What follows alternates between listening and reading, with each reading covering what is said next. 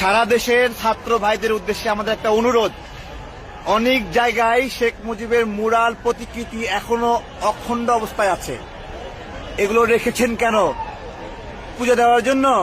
ফুল দেওয়ার জন্য? আজকে সকাল হওয়ার আগে এরকম সকল স্থাপনা, সকল প্রতিকৃতি এগুলো মুছে ফেলেন। এগুলো হলো শয়তানের কেল্লা। এই শয়তানের কেল্লা মাটিতে মিশে দিতে হবে। শয়তানের কেল্লা মাটিতে মিশে না দিলে, আপনারা দেখেছেন মাঝে মাঝে বিভিন্ন জায়গায় লাল শালু বিছায় দিয়ে সেখানে আস্তানা গাড়ে, তেমনি এই শয়তানের কেল্লাগুলো এখানে আবার আস্তানা গাড়বে। এগুলো মিশিয়ে দিতে হবে। কষ্টের পরে স্বস্তি আসে। আমাদের কষ্টের পরে আজকে একটু স্বস্তি আমরা অনুভব করছি। যেদিন শেখ হাসিনাকে বিচারের আওতায় আনতে পারবো আমরা সবাই মিলে, সেদিন সত্যিকারের স্বস্তি। আমরা দুঃখ প্রকাশ করছি, আমাদের খারাপ লাগে 585 জন আওয়ামী দোসরকে জামিন দেওয়া হয়েছে। এটা কেন দিয়েছেন বলেন? কারা কারা দিয়েছেন? এদের বিরুদ্ধে কি ব্যবস্থা নেওয়া হয়েছে? আমরা যাদেরকে দায়িত্বে রেখেছি, দায়িত্ব আমানত আপনাদের কাছে, আপনারা কখনো প্রশ্ন করেছেন এই জামিনটা কেন দিল? গতকালকেও একজন এমপিকে জামিন দেওয়া হয়েছে। কেন দিচ্ছে এই জামিনগুলো?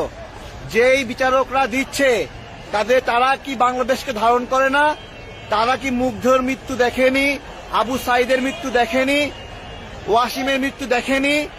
আমরা কত মানুষ জেলে ছিলাম, আমাদেরকে বন্দি করে কষ্ট দিয়েছে। মুহূর্তের মধ্যে প্রায় 10,000 মানুষকে গ্রেপ্তার করেছিল শেখ হাসিনা। গণ অভ্যুত্থানে যদি 10,000 মানুষকে গ্রেপ্তার করে, গণ অভ্যুত্থানের পরে 10,000 আওয়ামী দোসর কেন গ্রেপ্তার হলো না? এই প্রশ্নগুলো আমরা করছি। দেখেন, সিরিয়ায় বিপ্লব হয়েছে, 1 সপ্তাহের মধ্যে প্রায় 21 জনের শাস্তি নিশ্চিত করেছে। আজকে 6 মাস হয়ে গেল।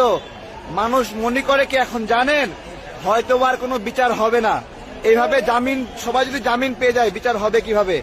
আমরা কি চাই শুনবেন? এই যে দেখেন, আমি দেখাচ্ছি। আমরা যেটা চাই, এই যে শয়তানের কেল্লা ভেঙে ফেলা হচ্ছে, এই শয়তানের কেল্লা ভেঙে এখানে একটা এরকম হাঁটু গেড়ে, এই যে হাঁটু গেড়ে এরকম করে শেখ হাসিনার হ্যান্ডকাপ পরায়ে একটা মূর্তি বানানো হোক। এবং প্রতি বছর 5 আগস্ট থেকে 15 আগস্ট পর্যন্ত শেখ হাসিনার এই মূর্তিতে সবাই এসে গালে আদর যত্ন করবে। ঠিক আছে? কেউ কান ধরে টানবে, কেউ নাক ধরে টানে দেবে। বুঝতে পেরেছে? এটা আমরা চাই। কারণ এতগুলো মানুষকে বাংলাদেশে কেউই কখনো হত্যা করেনি, এইভাবে হত্যা করেনি। এবং এই গণ অভ্যুত্থানের মধ্যে যখন শেখ হাসিনা পালা